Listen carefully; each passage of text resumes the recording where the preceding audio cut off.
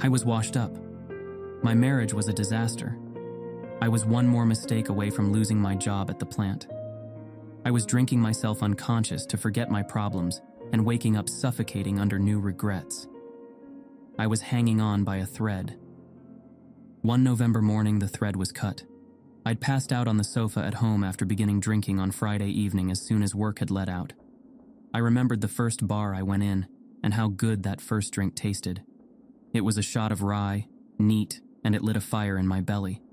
I felt good, so I ordered another. After that, there was nothing, until my eyelids opened and the pain punched me in the face. I groaned. Hangovers are a lesson that getting drunk is a mistake. I had never been much for learning, but at that moment in time, I was all for taking on board the fact I had messed up.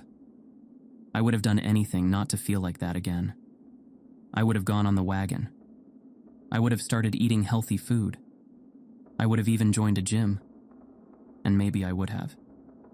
Maybe that was the moment my life could have been turned around. Only as I lay there reeling from the hurt in my head that had spread to my guts, I realized someone was standing over me. I tried to focus, and the blurry shapes rearranged themselves into the love of my life. Mary Lynn had never been a homecoming queen, but she had taken my breath away the first time I saw her. She had been kicking the wheel of her car because it had been flat, and once I'd got the oxygen flowing steady into my lungs again, I had gone over and, real gallant-like, fixed it for her. We were married 12 months later. She was 19. I was 20, which was far too young. I was 29 going on 60 that morning as I squinted up at her. I braced myself for her to start yelling at me, which was the main way we had been communicating for a while. Then I saw the tears streaking her makeup. "What is it?" I managed to say and tried to sit up. The pain transferred its attention to a point just behind my eyes. I shed a tear myself and blinked. "Look here," she said and pointed at the TV. The screen showed the inside of a store. It had been trashed real bad. The contents of its shelves were scattered across the floor. Broken glass lay in pools of a murky-looking liquid. A strip lamp hung down, just about attached to the ceiling by a stray wire. And the front window was smashed. A jagged-edged hole had been opened in the middle. Then a newsreader's bland voice told the viewers, "The shocked owner was met by this sight when he went to open up his family business at 5 a.m. this morning. Police would like to speak to this man who was captured on the shop's CCTV. A fuzzy image appeared. A man, unshaven and wild-eyed, standing amid the wreckage. It was me. I looked at Mary Lynn. "I don't remember," I began. She turned away. "Get out," she said, "and don't come back." If I had been stronger, I would have gone to the police station and turned myself in. I would have taken what I deserved for my unacceptable drunken behavior, but all I could dredge up inside me as I stumbled out into the street was a spiraling sense of self-disgust and fear. I'd lost my wife. I would lose my job. The prospect of prison terrified me. I needed to get away before someone recognized me on the rolling TV news and gave the police my name. That was all I could think of. I went to the coach station and bought a ticket that would take me away from everything I had ever known. It took 5 days to reach the last stop on the line, and then I started hitching rides. The drivers liked to talk. One man, who smelt worse than I did after a week in the same clothes, told me he knew a place that was hiring if I was looking for work. "It's a no-questions-asked type of place," he told me. He smoked constantly as he drove and kept his window wound down to flick the ash out. I was shivering with cold, and my teeth were chattering when I replied, "Sounds like my type of place.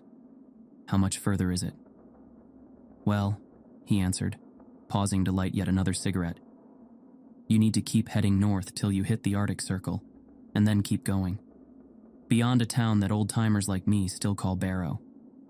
There are no signposts for the place I'm talking about, but it's as good a hiding place as any for a man who's running away." Saying this, he turned and gave me a wink.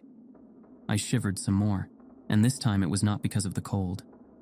I hadn't told this man about what had happened, hadn't breathed a word of it to anybody.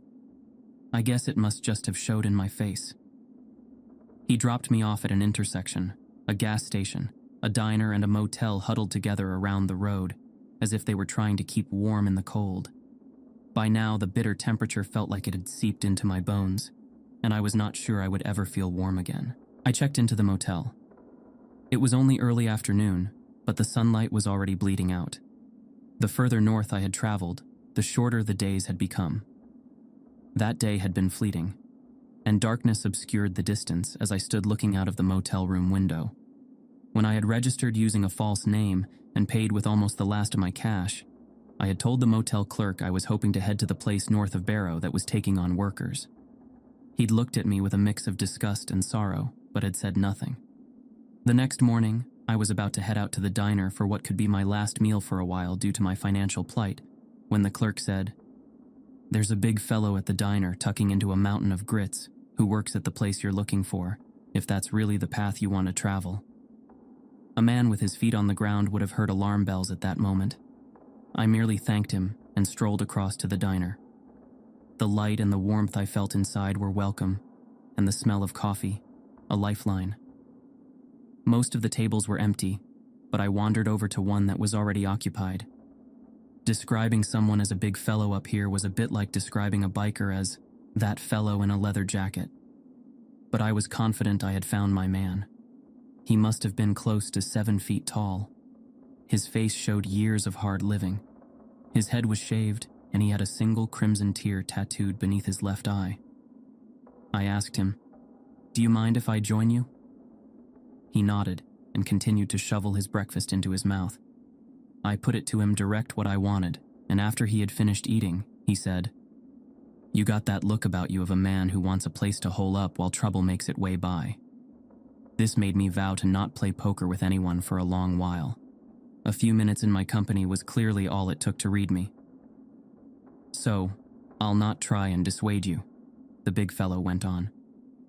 "I'm foreman at the warehouse. If you want a job, I am willing to give you a chance. You can want to ride out with me." "Mighty grateful," I said and followed him out to his truck. He moved with an easy grace that belied his size and did not seem to notice the cold. A few minutes in the wind, which had got up while we were in the diner, was enough to make me feel physically sick. My hands shook so bad as I tried to do up my seatbelt that I gave up. Observing this, the big fellow grinned. "There's an old fur-lined coat in the office at the warehouse. If it's not got up and walked out due to all the fleas living in it, you can borrow it." I smiled. I was so cold my face muscles were locking up, so it probably looked like a grimace. The big fellow kept grinning and started the engine. We drove through the darkness. There was a brief interlude of daylight, and the landscape it revealed was bleached of features. This was a barren, snow-covered land. Darkness soon returned, and the big fellow turned the headlights onto full beam. After long hours, lights came into view in the distance. As we came closer, I saw they were coming from a building. It was vast. The lights were fixed into the ground and ran the length of the building as far as I could see. There was nothing comfortable or welcoming about this display. We rattled to a stop in front of the building, and the big fellow turned to me. "Follow me," he said. Reluctantly, I left the shelter of the truck. The wind of earlier had dropped and there was a captivating stillness. The air was freezing. I could feel it biting into my skin. This was no time to be hanging around. I hurried after the big fellow as fast as I could.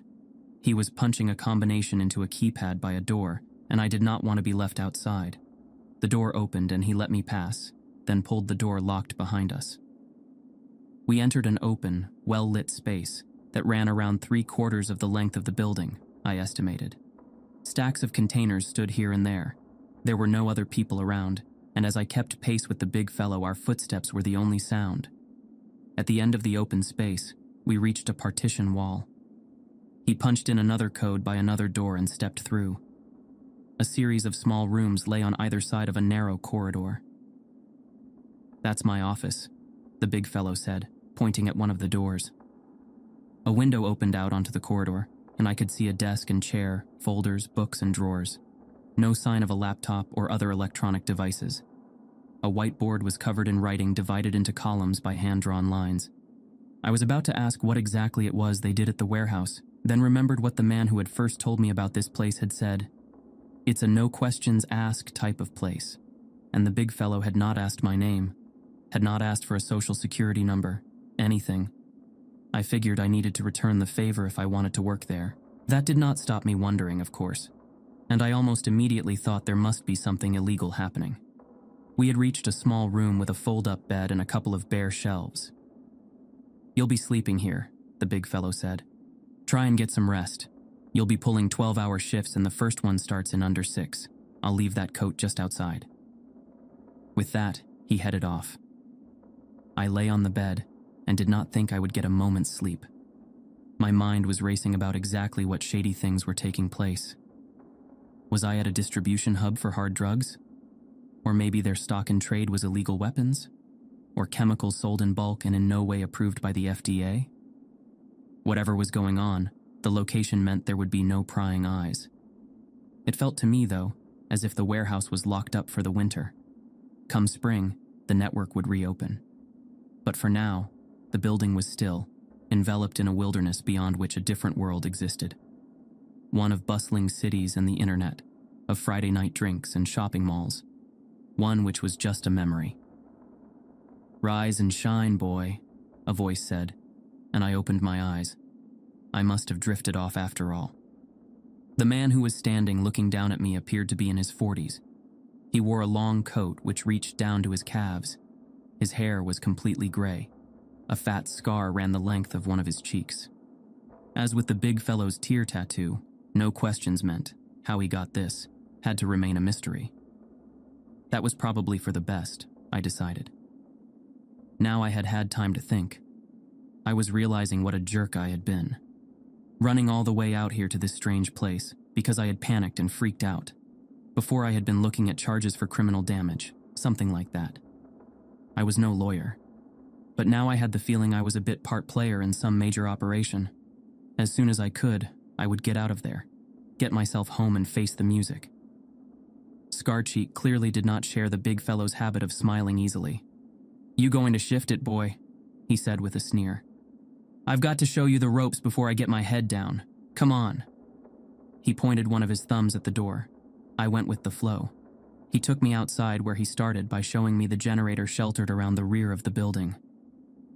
"This beast is more important than your mama," he told me. "It's connected to a control panel inside where we set the levels for the exterior and the internal lights, and without it, we got no light."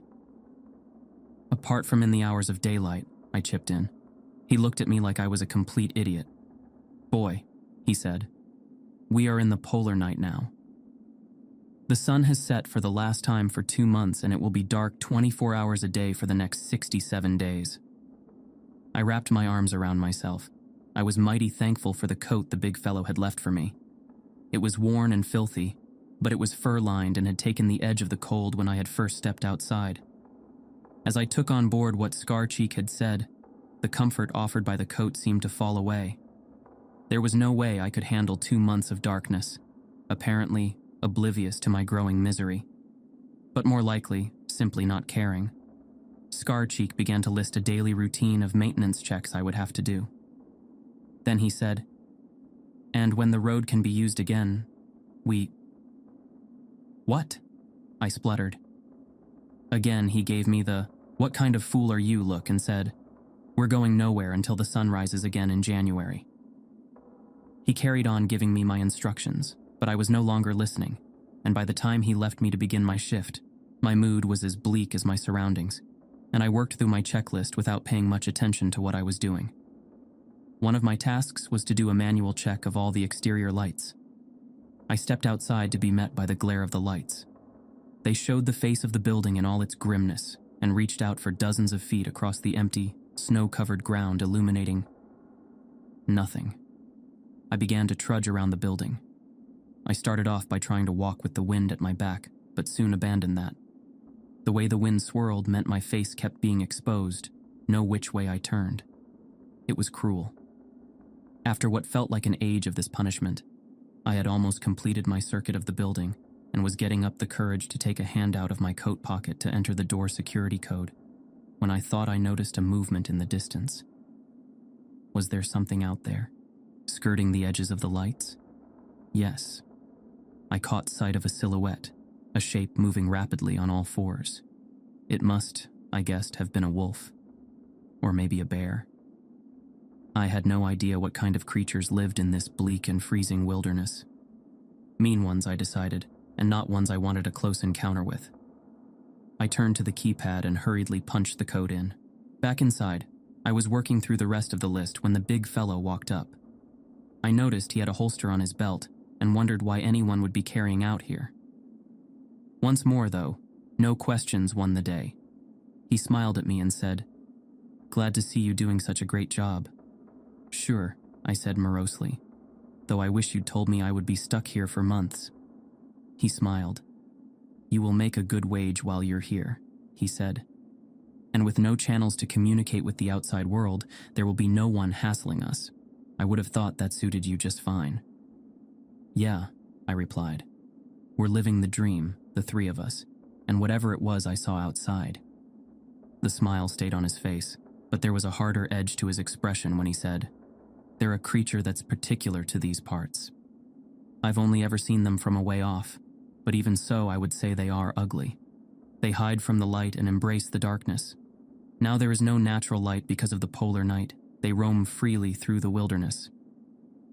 I was really not liking the sound of this, so much so that I ditched the no questions approach. "Are they dangerous?" I asked. "Not as dangerous as one of these," the big fellow said and patted his holster. "And now the polar night is set in, you should be properly equipped. Come with me and I'll get you kitted out." "Thank you," I said quietly, uncertainly. A while later, my shift over, I trudged back to my sleeping quarters. I passed Scarcheek, who was just beginning his shift. "You should have warned me about the creatures," I muttered. A sneer drifted onto his face before he told me, "They won't come near you while the lights are on. And if there's a problem now, well, you can just draw and aim. They are critters, and we are men. We are the alphas. You got that, boy." I glared at him but did not reply. He laughed to himself and added, "Now, me and my best friends are going to check on the generator." Like a desperado in an old cowboy movie, he swept back the sides of his long coat, and I saw the pair of holsters attached to his belt. Then he carried on his way. I was frustrated with the big fellow, and I was really starting to loathe Scarcheek, and I was only one day into the polar night. I managed an hour's sleep in total, and felt like a total wreck as I started my second shift. I began by checking the exterior lights. Each glowed reassuringly as I walked past them, till I reached the last one, which was flickering. I tried to think back to what Scarcheek had told me I should do if this happened, and drew a blank. He must have run over this while I was feeling sorry for myself and not listening. I tapped the perspex casing of the light with my knuckle and told it not to disrespect me. "I'm the alpha boy," I said. Somehow my tapping had done the trick, and the light went back to emitting a steady beam. Laughing at how low I had sunk, I decided to go and find the big fellow and tell him what had happened. Maybe there was a problem which needed a proper fix. I made my way to the door and was just about to enter the security code to open it, when the faulty light flickered once again, then went out completely. Then the one next to it did the same. "Damn," I said, then stood and watched open-mouthed as one by one all the lights I could see died, leaving me in the dark. And I wasn't alone. There was something moving out there. One of the creatures. I was sure of it, unless it was my imagination. I told myself to focus. All I needed to do was enter the security code, then I could head inside, find the big fellow and Scarcheek, and one of them would know what to do. Only I couldn't see past the tip of my nose. I would need to do this by touch. Not a problem, I assured myself, and pressed what I thought were the right keys. Nothing happened. I swore under my breath. Turned around. I'd heard a new sound, snow crunching underfoot. Underpaw, I corrected myself, which really did not help. I returned my attention to the keypad. I was shivering badly now as well as operating blind. I pressed again. There were 5 numbers, and then the hash key. Wrong again. I cursed. Hellfire. Tried to enter the code a 3rd time. The sounds behind me were getting louder. There was no denying it. No blaming it on the wind or my imagination. There was something moving in the darkness, and it was heading my way. I placed my fingertips on the keys. They were cold metal. So cold it felt like they were burning my skin. I ran my finger along the keys, ignoring the pain and counting out where I was, and one by one pressed the numbers, ending with the hash key. There was a click. I turned the handle, and the door opened. I exhaled, stepped inside, smiled. The lights were still on in here. I began to run, began to shout. "The lights have gone off outside." The big fellow was the first to appear. "Slow down," he said. "What are you saying about the lights?" "Flickered," I gasped. "Went out, then back on, then nothing, all dark." I hadn't seen Scarcheek come out of his sleeping quarters, but there he was. "What have you done, boy? You idiot," he snapped. "Nothing," I protested. "They just went off, one by one." The big fellow held up his hands. "Easy there," he said. "It will just be a glitch, some problem in the system which can be easily fixed." I nodded. That sounded good to me. Problem sorted. Then I remembered. "There was something out there," I said. "It was coming towards me." "Ah, yes, the creatures," the big fellow said. "Let's not worry about them. They will keep to the darkness outside and not try and come in here while the inside lights are on." He smiled his by now familiar smile, and I started to feel better. Then he added, "And of course, because the doors are closed, they can't get in anyway." I stopped feeling relieved, started panicking again as I tried to remember, had I closed the door behind me? I swore. "What is it, boy?" Scarcheek asked, his eyes narrowed. I think I left the door open," I replied. "You heap of worthless junk." Scarcheek spat these words out, then flicked back his coat and, with a lightning quick movement, drew. "I got this," he said, and began to walk in the direction of the door I'd left open. "You go with him," the big fellow said. "Give him backup. I'll be along in a minute." Then he ran towards his office. I did the last thing I wanted to do. I headed back towards the open door and the things waiting in the darkness. I got there to find Scarcheek standing in front of the open door, both of his sidearms blazing. He was firing out into the darkness, and loving it. "Yee-haw!" he cried when he ran out of ammo, then reloaded and let rip again. I wanted to cover my eyes. I wanted him to stop, but he would not have listened to me. Thankfully, the big fellow caught us up. "That's enough," he yelled when Scarcheek had once again emptied his chambers. Scarcheek scowled, but did not argue. The big fellow had brought a torch with him, and he moved towards the open door and turned it on. A powerful beam cut through the darkness outside and revealed a hideous scene. Bodies lay across the ground, their blood staining the snow. I realized for the first time that the creatures were not wolves or bears, or any animal that I had known existed. Their corpses were around 6 foot long and they were hairless. Their skin was very pale, but lined with darker veins, which protruded. I could see the outline of their ribs as well, the sharp lines of their shoulder blades. They had paws, but no ears or tails. From the way they had fallen after being cut down by Scarcheek, I could not see their faces. And there was more of them out there, still very much alive. I could make out dark, restless shapes, keeping just out of reach of the torch beam. "You killed them," I whispered, horrified. "I sure did, boy," Scarcheek replied. "That's what you get for loitering round these parts." Then he turned to the big fellow and said, "Isn't that right?" Instead of agreeing, the big fellow sighed and said, "You hothead. You've done shot up my truck as well. The engine's hold and it'll take a heap of fixing." Then the big fellow sighed again and closed the door. My shoulders slumped in relief, and I managed a small smile. At least now the door was closed.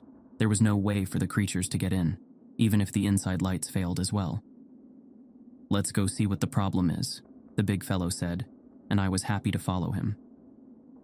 The control panel was on a wall at the far side of the main open space, just before the partitions began. Dozens of switches and dials were set into it. The big fellow studied it, then frowned. "It's a connection issue," he said. "Most likely, a cable has come loose." I jumped in with a question laced with hope. "But we can fix it?" "We sure can," he answered. "Once the connection is back, all you need to do to make the lights come back on is flip this switch here." He placed a hand on a red lever in the center of the panel. "It is really simple." "Great," I said. "So where's the loose cable?" "Outside," he replied. My guts tightened, and all of a sudden my mouth was so dry I could not swallow. When I said, "What?" the word came out so quietly I doubt either of them heard. They were already busy anyway. Scarcheek was reloading, and the big fellow was bringing out 2 more of the torches and holding them out. I wanted to protest, to say, "There is no way I am going out there." But, instead, I meekly took one of the torches from him.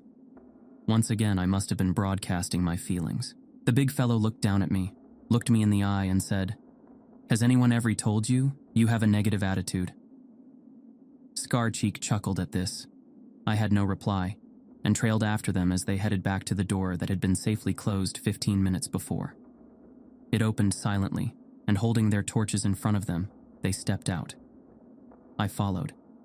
The first thing I did was almost fall over one of the corpses. I steadied myself. "Move in circles as you walk, pointing your torch forwards," the big fellow told me. "That way the creatures will keep their distance." "Uh-huh," I replied, and span slowly round in a circle. The beam of my torch picked out yet more of the creatures as they flinched and moved back, too quickly for me to see more than a pale limb. I kept circling and moved forwards as I did so. The light continued to keep them at bay. The mouth of one was momentarily illuminated for a second, and I glimpsed bared teeth. Then it slipped back into the cover of darkness. Our progress was slow, tortuously so to me, but eventually we reached the cluster of cables and equipment, at the heart of which sat the generator. "You two give me cover," the big fellow said, and as Scarcheek and I created crisscrossing barriers of light, he got to work. After 10 minutes or so, he grunted. "I think that's fixed it," he said. "Now let's get back inside." We retreated back towards the door. "Not far now," I said, and then I stumbled. Fell. I landed on the corpse I had tripped over. My torch hit the ground, the beam pointing impotently upwards. The beams of the others' torches hit me in the eye. They'd seen what had happened, and both cursed me. "I'm sorry," I said. "I'm sorry." The corpse was still warm, its skin hard where my hands touched it as I struggled to push myself upwards, until I felt something tug at my leg. Then a shot rang out, close and loud. I flinched but managed to grab hold of my torch and swing it towards my leg, where I saw the body of a creature. The top of its skull had been split open, and it wore a mask of blood. It twitched, then fell still. I felt something pulling at my collar, looked up. It was the big fellow, and he was hauling me to my feet with one hand. In his other, he held the weapon he had used to dispatch the creature before it had bitten me. Next to him, Scarcheek was moving his torch rapidly in a circle, encompassing the 3 of us. A solid wall of shadowy figures encircled us. Held back only by the light, I knew. "Get back to back. We rotate together," the big fellow said. I did as I was told, and we resumed our journey of a few feet to the door and the sanctuary beyond. The big fellow entered the code, and I saw the light inside as he opened the door. I followed him into the warehouse. Scarcheek lingered. The big fellow hissed at him. "What are you doing?" "One more for luck," he said, and drew. I saw one of the dark shapes fall, Scarcheek grinning and lowering his torch as he turned and stepped towards the door. Then his body tensed, his eyes turned upwards and his knees buckled. He fell face forwards onto the ground, and I saw the bloody gash that ran the length of his spine. I saw extended claws. They were razor sharp, tipped with blood. Then the creature scurrying away from the light of my torch.